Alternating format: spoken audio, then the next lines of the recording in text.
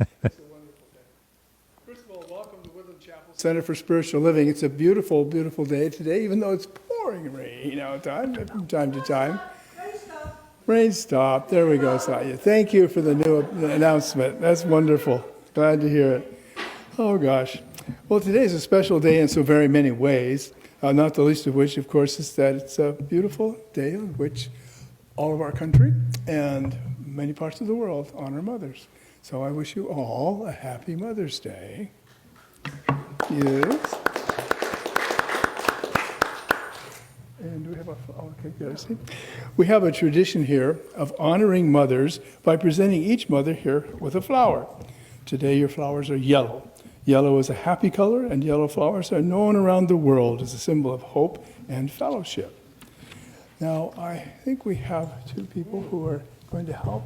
Let's have, here they come. They're on the way. All right. Shannon and Carol. That's it. Flowers. You know, would you want to carry There we that? go. Just take that one. I don't know about this one here, though. Look at this. Okay. Oh, I think we have plenty. okay. Yes. Whoever's got the most must. Okay. All right. Wonderful.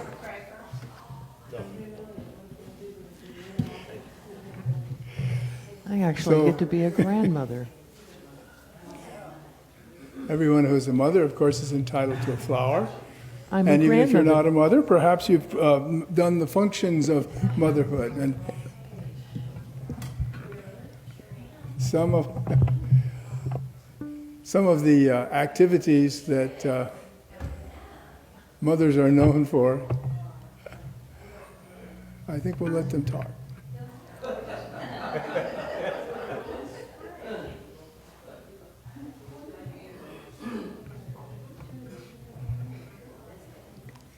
Okay.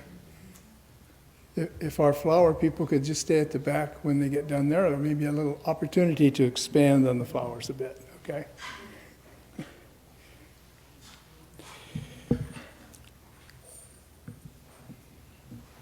Mothers play such a dynamic role in our lives, and beyond that of just bearing children or, making babies, that's absolutely critical and absolutely wonderful, the miracle of birth.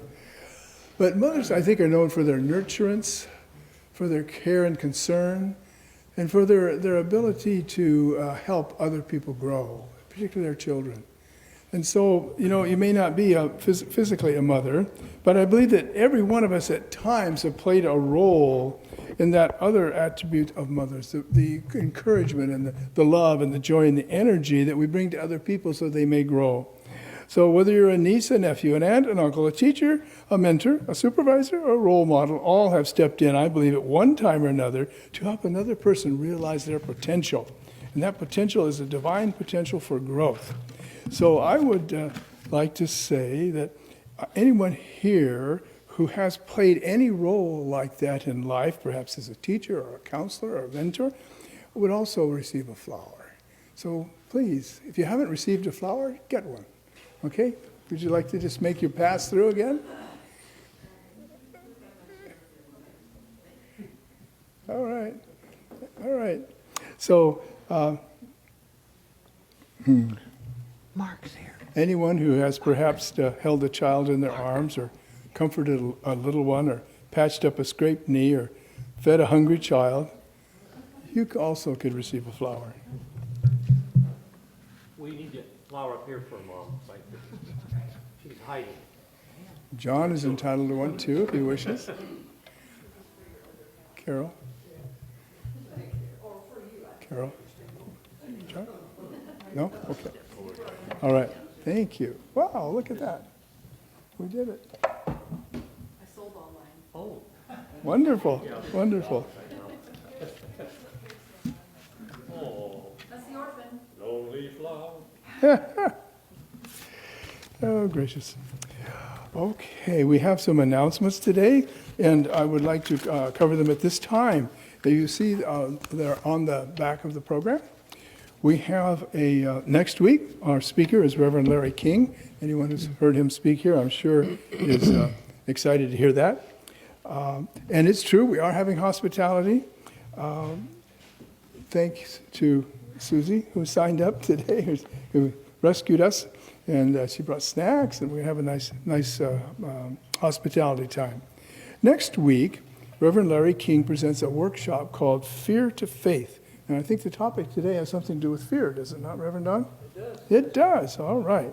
So next Sunday, if you'd like to bring a brown-packed lunch or perhaps eat a little extra at the hospitality, stay and enjoy this wonderful workshop. We don't do masks here, but you can if you wish. And it's the last chance to register for our meditation and affirmative prayer class. Are there any other announcements that need to come before us at this time? No? Okay. Is anyone here for the very first time? I know at least one person is.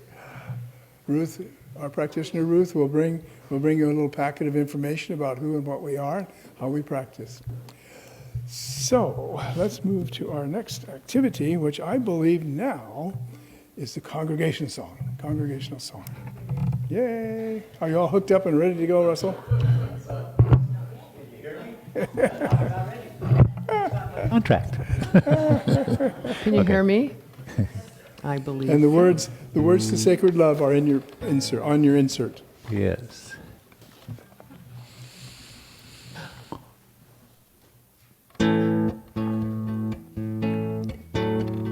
You are sacred love is all that you are. You are sacred love is all that you are. You are sacred love is all that you are. You are sacred love is all that you are. Show the way, God, show the way. I want to live in such a state of grace. Lead the way, God, lead the way. I want to live in such a holy way. Such a holy place. You are blessed peace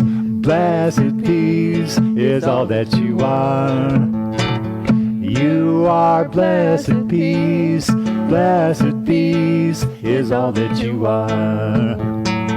You are blessed peace is all that you are. You are blessed peace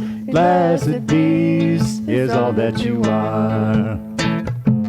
Show the way, God, show the way. I want to live in such a state of grace. Say the way, God, show the way. I want to live in such a state of grace.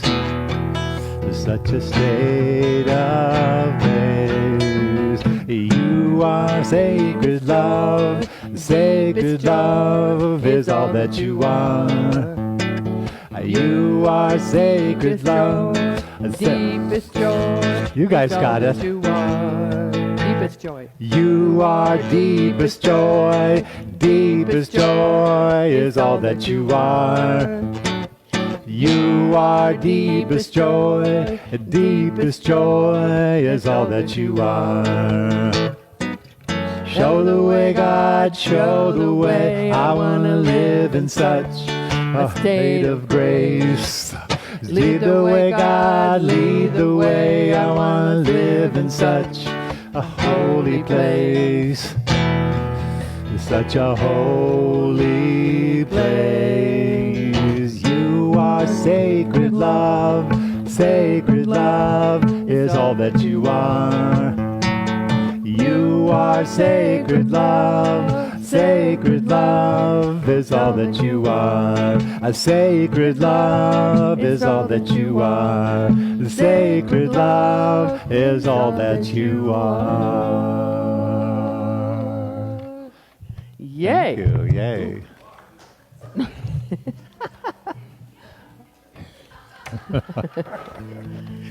All right. We'd like to come to this point in our service where we begin to center ourselves a little more in prayer. We've asked our practitioner, Cheryl Ostrander, to lead us in the invocation and the affirmation.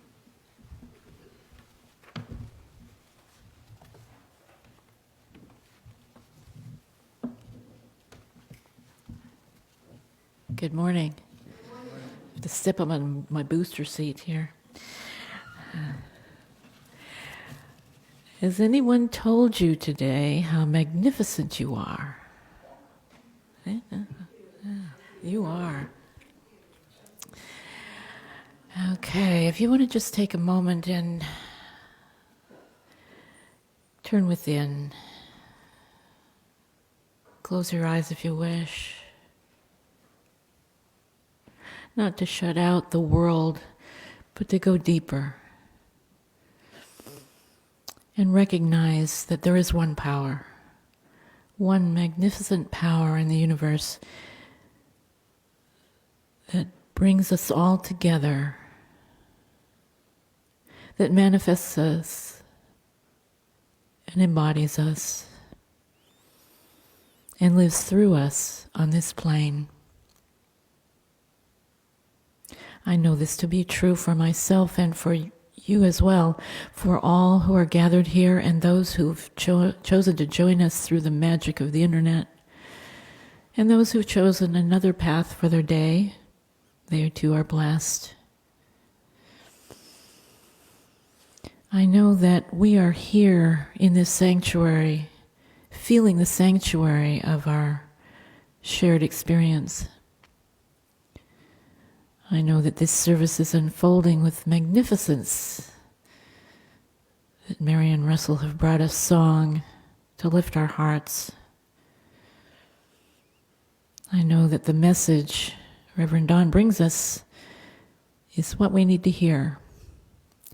Each of us hearing it in our own way, in our own thoughts, and bring us all to a place that we feel the love of Spirit within us. It's no accident that we're here. We've been brought together by divine love, by divine presence. I feel such gratitude in my heart for the magnificence of this day, for the beauty of this place and each person here, for each expression of love. And with this gratitude, I release my word into the law, knowing it is done as spoken, and because of grace, it is so much more. Would you join me in saying and affirming, and so it is. Now we have an affirmation. If you join me in saying, I am ever grateful for my spiritual path, which prompts me to know and remember the good of God and my oneness with the divine. I face my fears through courage, strength, and faith, and so it is.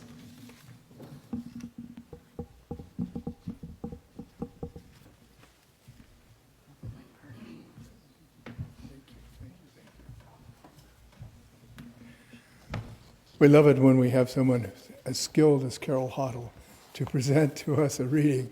I understand it's quite a wonderful reading. Carol, you ready?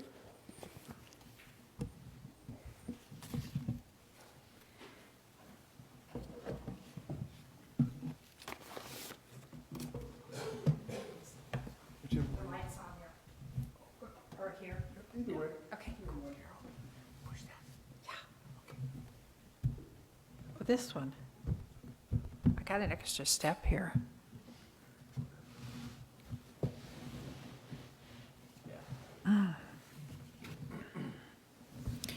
Okay, again, I have the honor of reading today. I always enjoy sharing.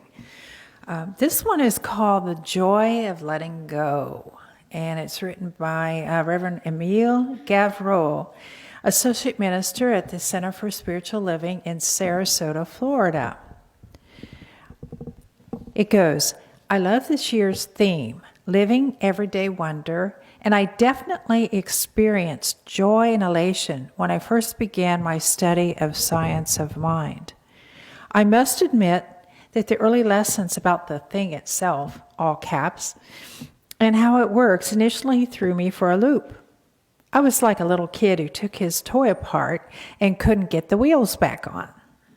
It took me a minute to realize that I just needed to go back to what I had been doing and allow Spirit to move in, through, and as me.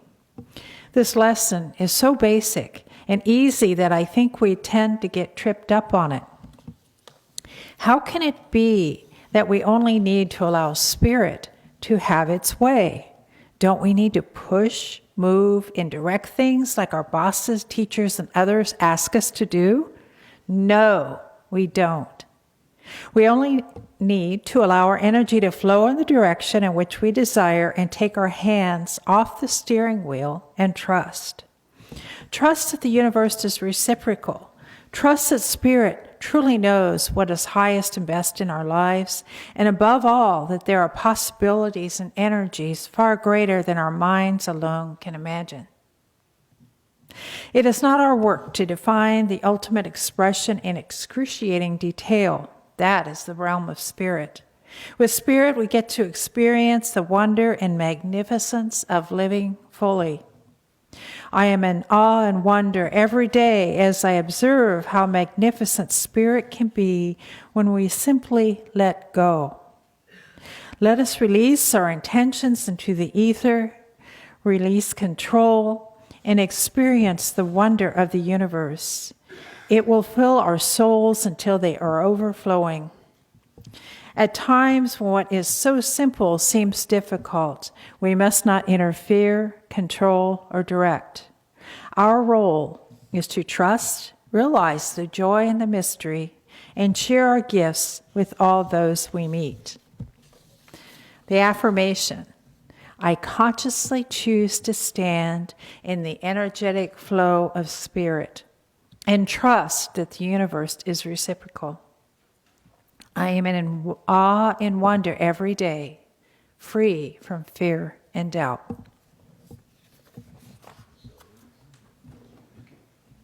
Thank you, Carol. Do you mind giving me a Yes, absolutely. Everyone's who I think I'm gonna fall. We do love helping one another here. At this point, we would like to begin to introduce someone that I think everyone, is there anyone here who doesn't know Reverend Don Kerr? Anyone? One? Shannon.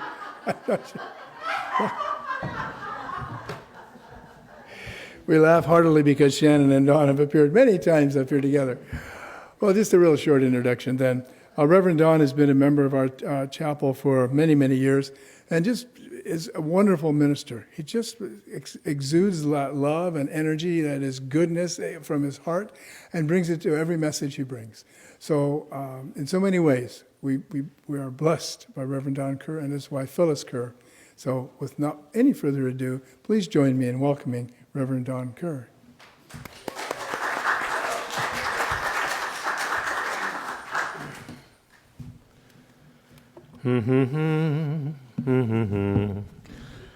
I'll see if there's anything in here that I need to cover today.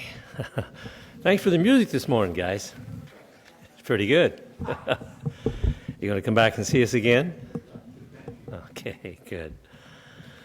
Good morning, everybody. Doggone, it's good to see y'all here. Thank you, Reverend Moore, for you're always got that neat little whatever it may be called that makes me feel like either going out to the bathroom or coming back in and doing what I'm supposed to do. So I'm here what I'm supposed to do, okay.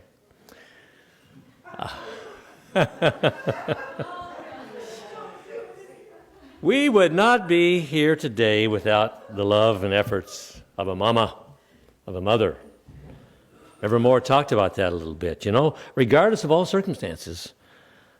Being Mother's Day, some woman held us right there under her heart, right there next to her heart, long enough for us to develop a form that we could take who we really were from what we call the heaven world or whatever and become who we are here today. Yeah. Sweet, precious mothers. I'm so thankful for my mama, I tell you. She carried me in her body long enough for my body to develop. enough so that I could survive a premature birth. You see, I came out into my world to be who I was born to be. I was determined, evidently. I was nearly born on the train, coming from, my parents were traveling from Colorado to California. My dad was looking for work in a farm country of Los Baños, California, in the San Joaquin Valley, if you know where that's at. Yeah. Yeah. Well, I made it known at about 5.5 months of pregnancy to my frightened and very alarmed 18-year-old mother that I was ready to be born, train or no train. And they made it to Sacramento, where the ambulance met the train. They radioed in and said something's happening. Anyhow, that's for another story, another day. Yeah. Today's topic, you see, wants us to talk about and pay attention to what's... So were you born on the train and he took you off as well? You can tell. And all is well, she says, yeah.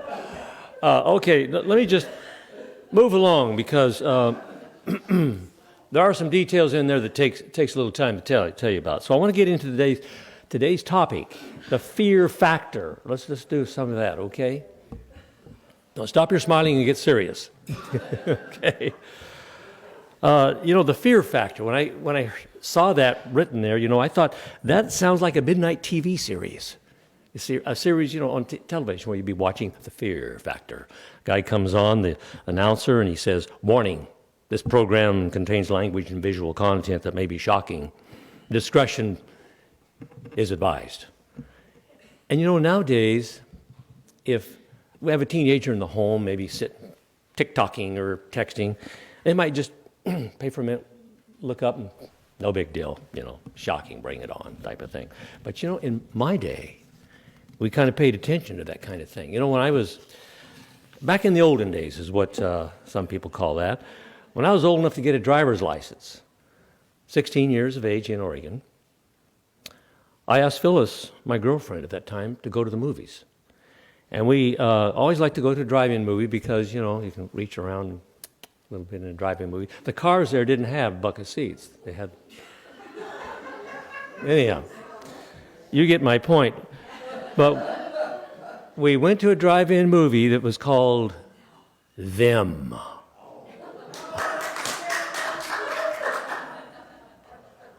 Yeah. A corny, really, by today's standards, a horror movie of giant ants. Due to a nuclear something, these ants, giant ants, were gobbling up humans as a food source. And one scene showed them invading a drive-in movie. Pulling people out of their cars and feasting on them. And I was just at the point where I was going to try sneaking a little smooching, but my ardor froze like a bucket of ice. We both sat, Phil and I both sat frozen while we looked at the carnage taking place on the screen. And Phyllis looked straight ahead and never looked at me, but she said, "Can we go home now?" She didn't have to ask twice. No way. But this movie, it seemed like it showed how ants would like to run down cars. They could outrun a car, pull the inhabitants out, waiting in ambush, crouched around the next curve maybe. A big ant jump out. So you see, the drive-in was over in Dallas, Oregon. Is that way? And Phyllis lived out Liberty Road. My girlfriend lived out Liberty Road, which in those days, it was out in the country. And there was a lot of brush, a lot of trees, a lot of places for ants to hide. So the drive home was just a little, I didn't even turn the radio on for music. We just drove home. Now, we pulled up into her driveway. It had this nice half-circle driveway where she lived. And she asked me to walk her to the front door. I must admit, for about 25 seconds, I froze. Because walking her to the front door meant getting out of the car. Yeah. Anyhow, it all worked out. It all worked out. But see, I'm bringing that up because I can look back now and I can recognize the primitive emotion of fear that stimulated, squirreled its way into our imaginations, really. And it says something about the way fear itself, no matter how ridiculous the source, like this B-grade movie, no matter what the source, fear really has plagued our lives a long time. And it infects us with kind of an illusion much of the time of threat and harm and things that go bump in the night, And as Mark Twain is quoted as saying, I've been through some terrible things in my life, some of which have happened. I really like the quote, though, from Guy Finley, the author of the best-selling book, Letting Go a Little at a Time. His words have always stayed with me over the years about fear as a factor in impacting my life. He says, if you're going to fear, focus on being, how do you put that? Being consciously afraid. Now, what does that mean? To be consciously afraid means that you're scared, you're frightened, but at the same time, something in you, you know that those very fears are, as real as they may seem, they are not you. They're not you. So many fears are what Joel Osteen, everybody know who Joel Osteen is? Joel Osteen, oh yeah, Joel Osteen, he's kind of a New Thought Christian. He said in a recent sermon about fear, he called out fears as our wrong imaginations, which we must not allow to take root, he says, in our spirit, because wrong imaginations will keep God's good from naturally blooming in our lives. I'd like to follow that up with another statement that comes right out of Science of Mind Perspectives, and here's what it says. I like this better. It says, you and I have the power to change fear's narrative and neutralize our wrong imaginings. And how do we do that? Well, we allow faith to lead the way instead of kowtowing to fear. Do it anyhow. And instead of kowtowing to fear, we hold on to kind of an understanding, is what it comes out to be, that faith is like a light. It comes on in the darkness, and guess what happens? Faith, now here's the deal. Faith doesn't necessarily mean that there's an absence of fear. It's not telling us that. It means that fear represents a sort of darkness that of not understanding the truth, the real deal. And faith empowers us to act in a way, including fear, as we see fear's darkness kind of yielding to the light. The spiritual light of faith is what I like to call it, the spiritual light of faith. It allows us to shine light into the corners of our life where fear likes to crouch and hide, ambush us maybe sometimes, like the ants, the giant ants. It needs to be healed, needs to be calmed and exposed. Because when fear is exposed, you know what? You have the power to neutralize it. If it's hiding, it could be a lot of things. I've got a favorite acronym for faith. You guys know I like acronyms. Faith, F-A-I-T-H, finding all inspiration through healing. As we heal that which we pour our faith upon, our faith takes on the nature of the power that is always greater than the wrong imaginings that we're entertaining. And that's what we do. When you think about it, fear is kind of entertaining, isn't it? You like to be scared sometimes, don't you? A little shock. Phyllis walks around the kitchen sometimes, and I'll reach up behind her and give her a kiss like this. Oh, well, just let me know you're coming. That kind of thing. That's a good fear, right? Is that fear, though? I don't think it is. Okay. You know, we are participating in the unfolding of a great secret, a secret that doesn't want to stay hidden from us. And that secret is the secret of letting go. Letting go. No matter what imagined or real situation arises that holds fear as its power. Oh, gosh. It can be like walking a dark path at night without a light. It makes us stumble along. We can't see the the tripping stones, But as we shine our light, we'll call it a flashlight of faith, our lantern of faith, upon the path, we dispel the darkness. I liked what Reverend Mary, a minister, was here for several years, used to say. She'd say, fear. When we walk into a room, it's like we turn our faith on, we turn the lights on, and the cockroaches scatter. Yeah, you betcha. We dispel the darkness. We can see where we need to step. We can navigate with confidence to see the bends of the road. I'm still thinking about ants, aren't I? And we can go forth boldly. So we see faith is a light that shines from the source of life. The source of life which spoke these first words from the source of a great book that's been around for a long time, the scriptures of the Western worlds, the Bible, of course, we'll take that, and others. These words were that source, we call it God, we call it whatever, commanded, let there be light. The first words, let there be light. And when it continued the command of let us make man in our own image and humankind, male and female, we have evolved and we have become, I think, infinite possibility beings. That's the word I wanted to use. I was looking for it here. Infinite possibility beings. We're evolving into that as co-creators of the creative energy, the creative one power. We call it God on this, if you want to. It's on this planet. It's holding the myriads of evolving life forms, just myriads. We can't count them all. We can't count them all. And now, as evolutionary beings that we are, form-wise, as human forms, our evolutionary needs had to make use of fear for a long time to survive and evolve into who we are today. These fearless creatures, you understand. No fear.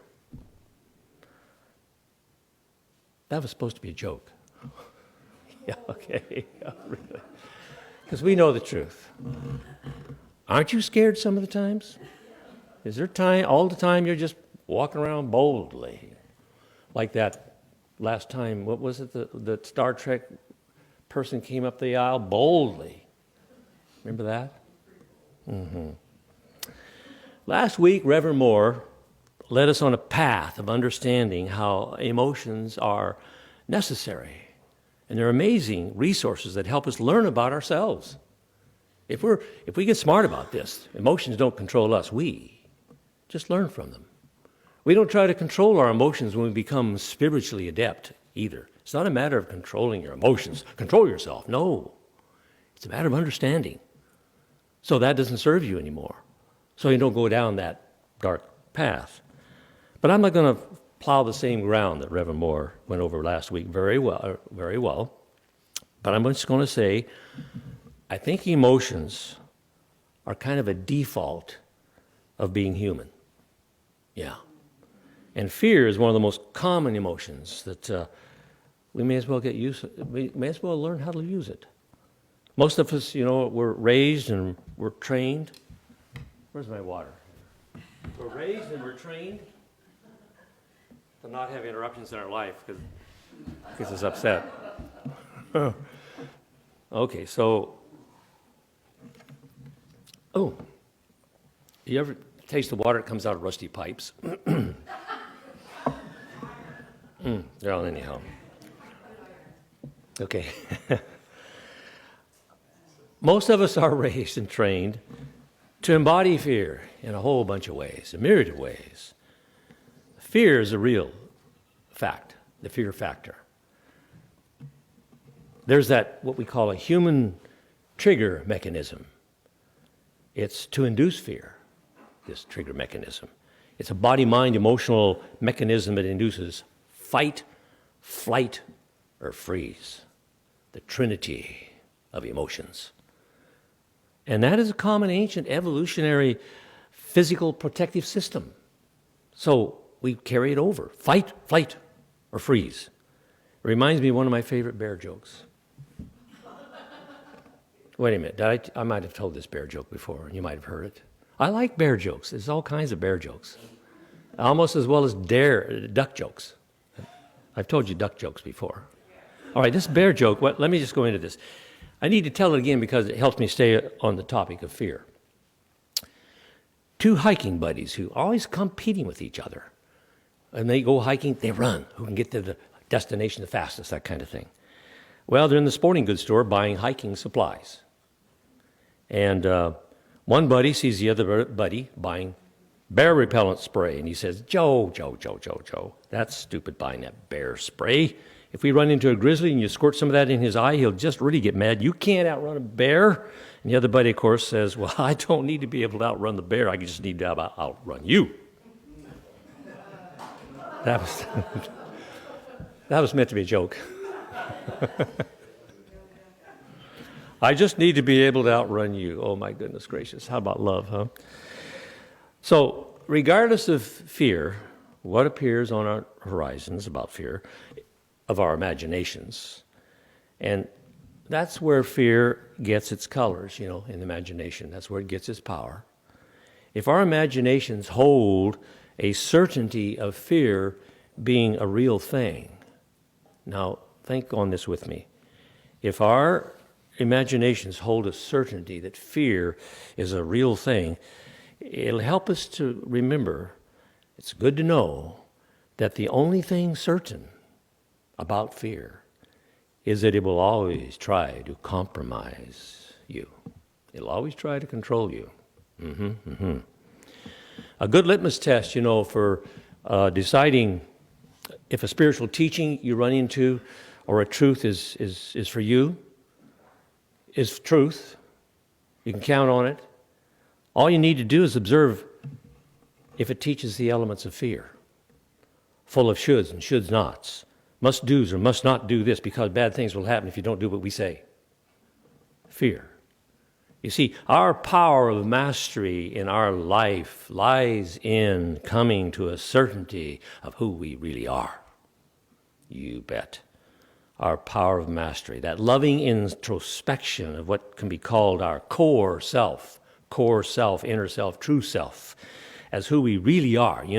Spiritual beings, we say. That's us, having our human experiences all the time. We say that. Do we really believe it? We better. Because having a certainty of our divine heritage, of being more than just earthly forms, supports our need to know how to neutralize fear, using faith that there's a good reason for our being here now on this planet.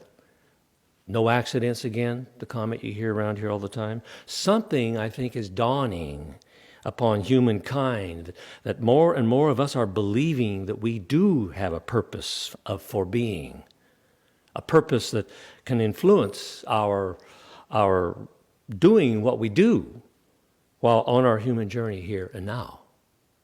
Always now.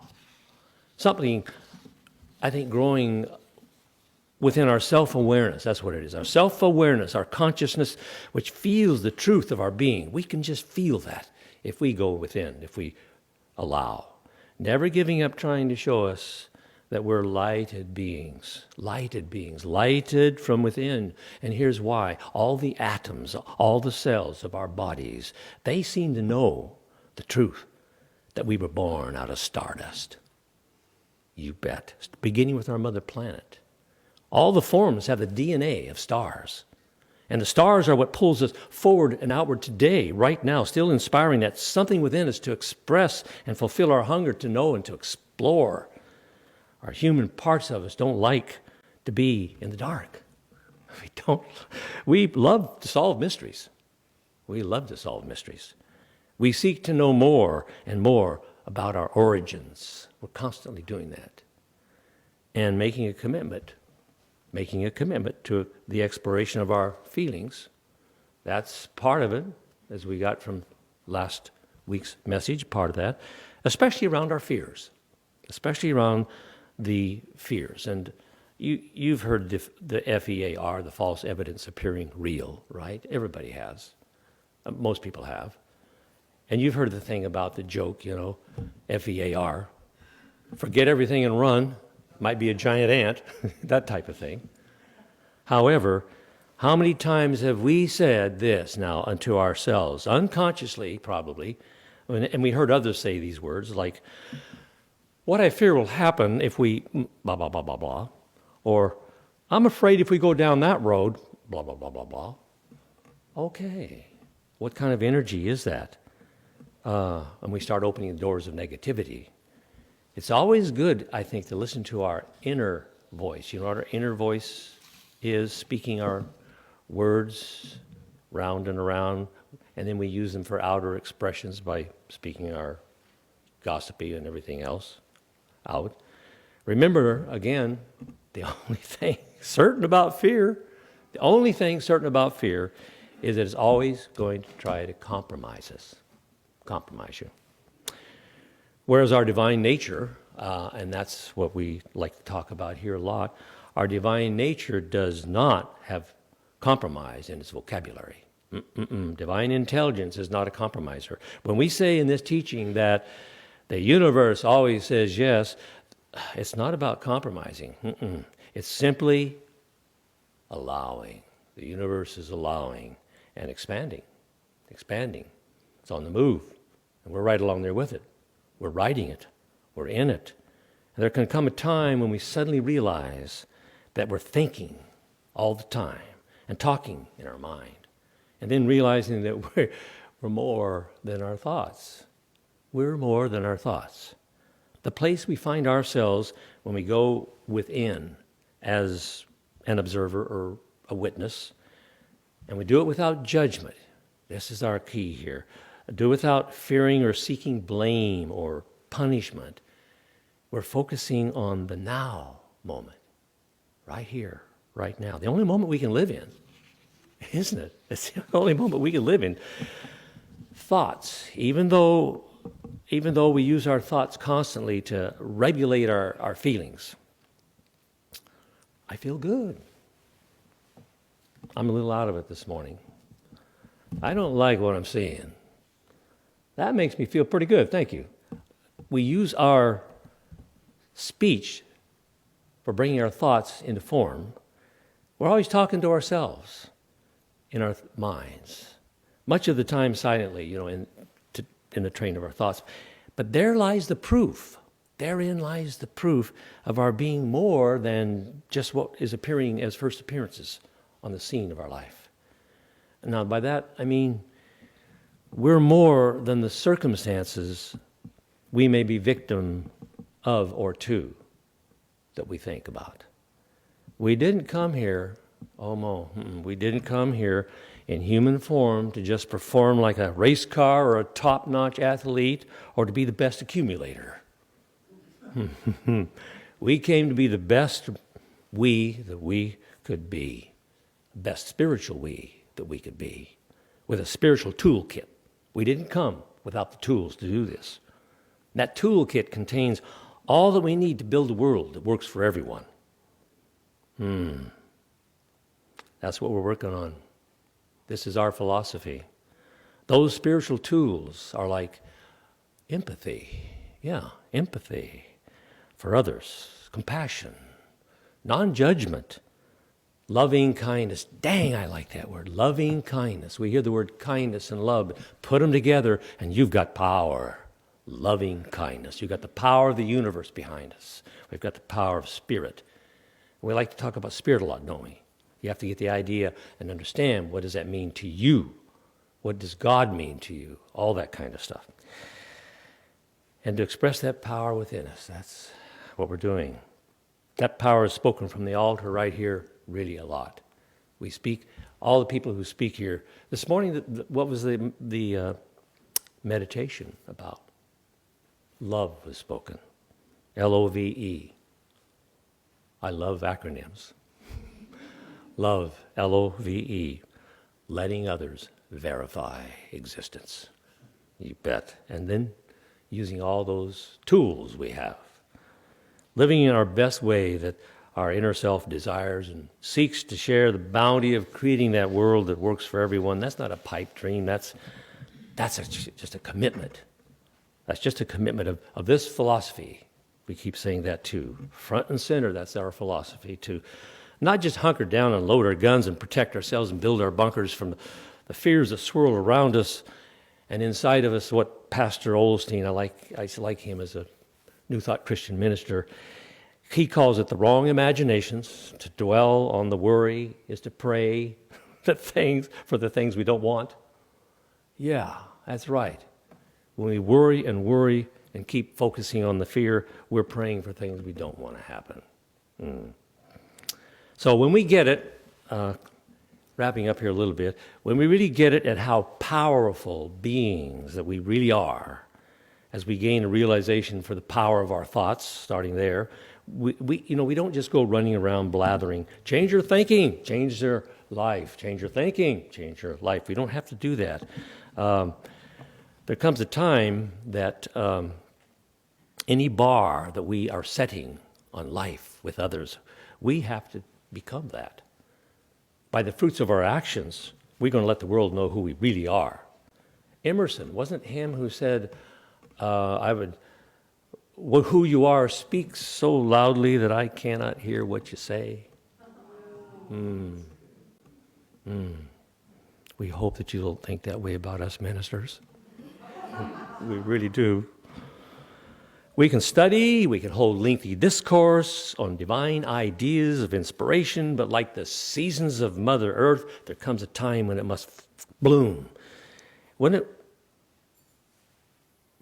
Now's the time.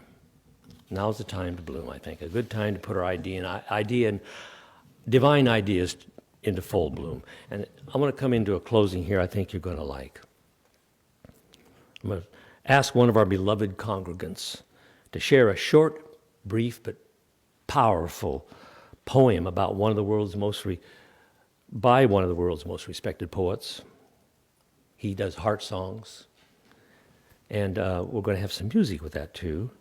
Shannon Preem sent this poem to me, asked if I wanted to read it, and I think it's more appropriate if she read it. I wanted you to read it, but you have that voice from God, Reverend Don. I'm going to sit down. Okay. Khalil Gibran was a favorite of my mother's and my grandmother's, so it's an honor to share a favorite verse with you today from him. He has a simple, powerful way to compare nature to complex human emotion.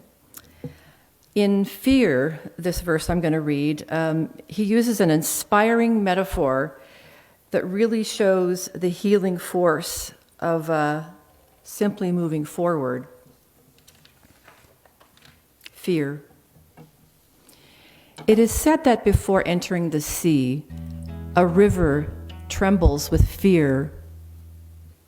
She looks back at the paths she has traveled, from the peaks of the mountains, the long winding road crossing forests and villages, and in front of her she sees an ocean so vast that to enter there seems nothing more than to disappear forever.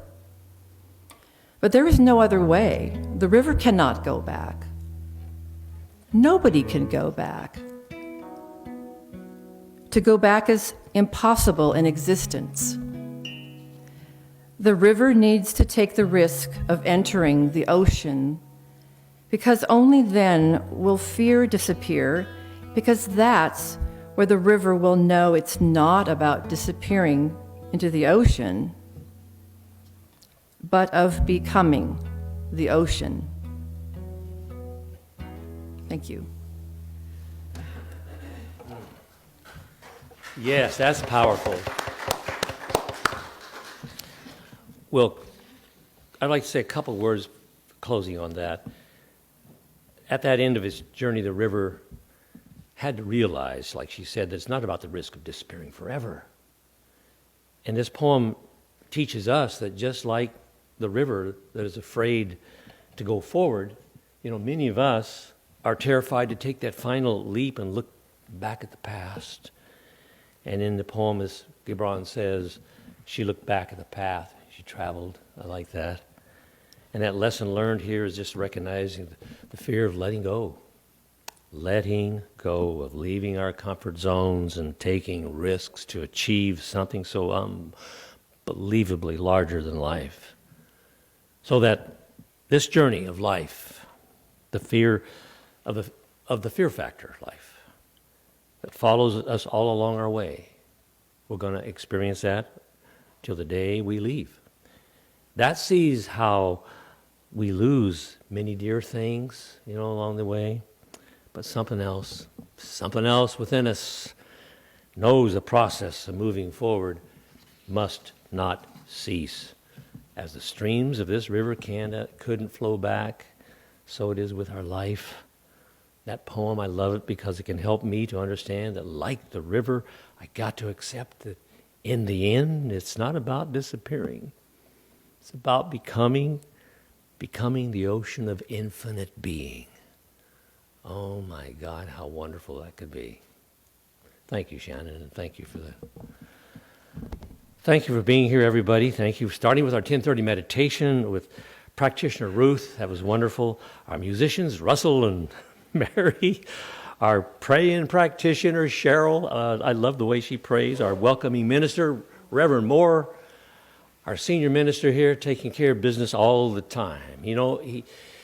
He's here sometimes 7 days a week. And our reader of the morning, Carol, that was a great reading, thank you. And myself, Reverend Don, acting as a messenger of this morning. And I'm going to shut up and we're going to have some more music.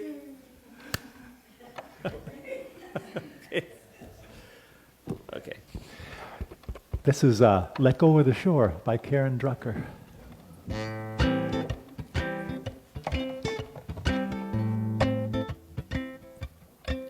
Let go of the shore and let the water carry you. Let go of the shore, float into the mystery. Let go of the shore and let the water carry you. Let go of the shore, float into the mystery. You have all you need, it's all inside of you. Just close your eyes and breathe and know that you are safe. Let go of the shore and let the water carry you. Let go of the shore, float into the mystery. Let go of the shore. Sing along. And let the water carry you. Let go of the shore, float into the mystery. Yeah. No need to make a plan. Your heart will be your compass. Just lift your sails in faith and trust you will arrive. Let go of the shore and let the water carry you. Let go of the shore, float into the mystery.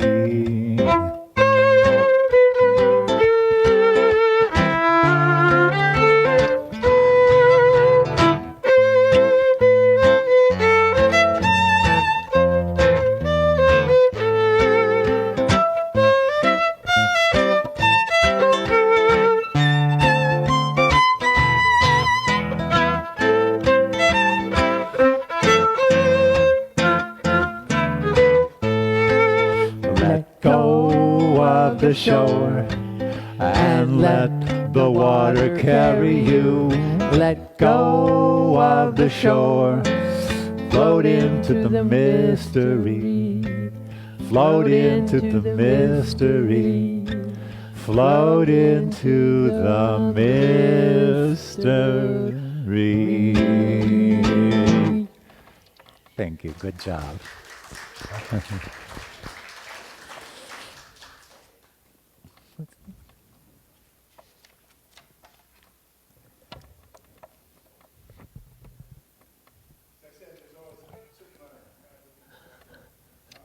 I just wanted to remind you that we do have a Fear to Faith workshop. Reverend Don just spoke of fear so eloquently and bringing faith into the life of things.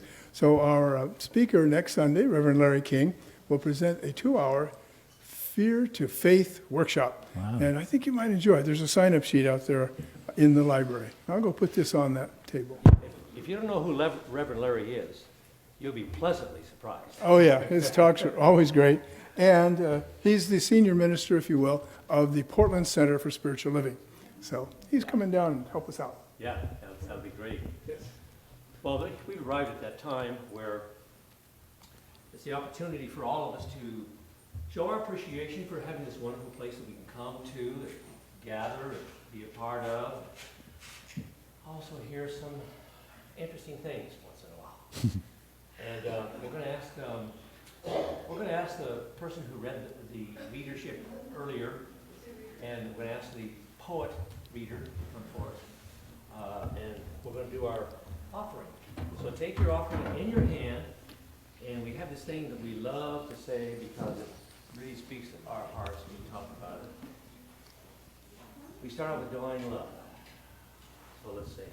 Divine love As me, blesses and multiplies all that I have, all that I have, and all that I circulate. And so it is. Why don't we sing a little bit, too? Okay. I am so blessed. I am so blessed.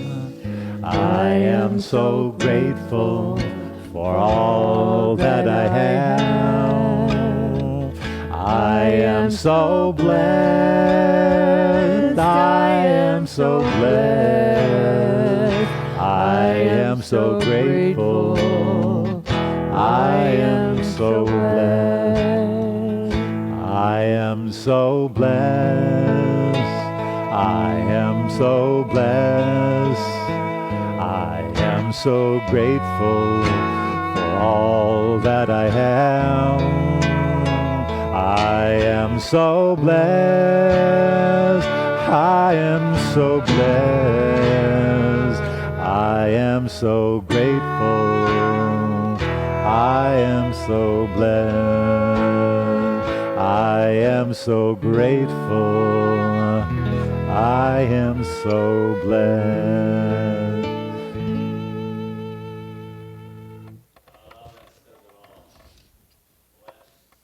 Being grateful. You know, it said that a thankful heart is a receiving heart, and a giving heart is a powerful heart. So today you have participated in both of those emotions, receiving, giving. And we give thanks to you today for being a part of this. We like to call ourselves a spiritual family, this spiritual family. And offerings that you have placed here today in these two receptacles and things you've done in other ways, we just give thanks.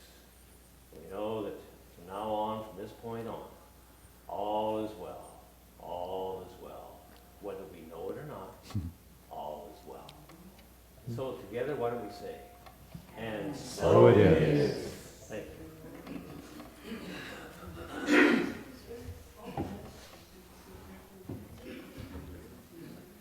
Well, we're going to have some more music, and we're going to say our prayer. Yes, Yeah. do our prayer for.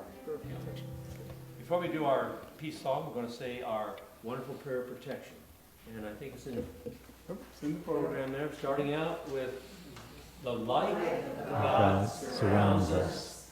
The love of God enfolds us. The power of God protects us. The presence of God watches over us. wherever we are, God is, and all is well. I'm going to stand for the peace song. Yeah, that's it. Let there be peace on earth, and let it begin with me. Let there be peace on earth, a peace that was meant to be. With God as Creator,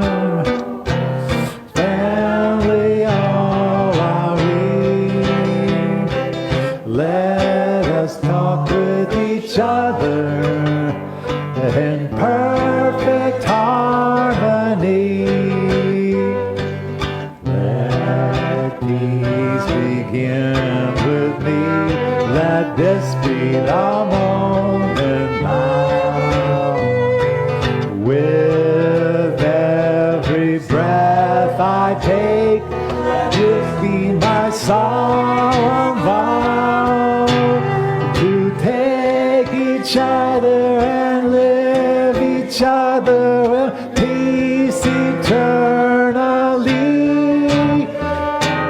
Let there be peace on earth and let it begin with me.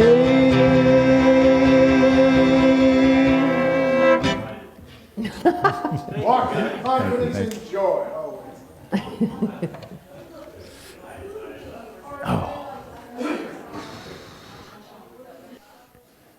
We live to tell the tale. Live to tell the tale. Thank you. Thank you. I think we learned how to do it.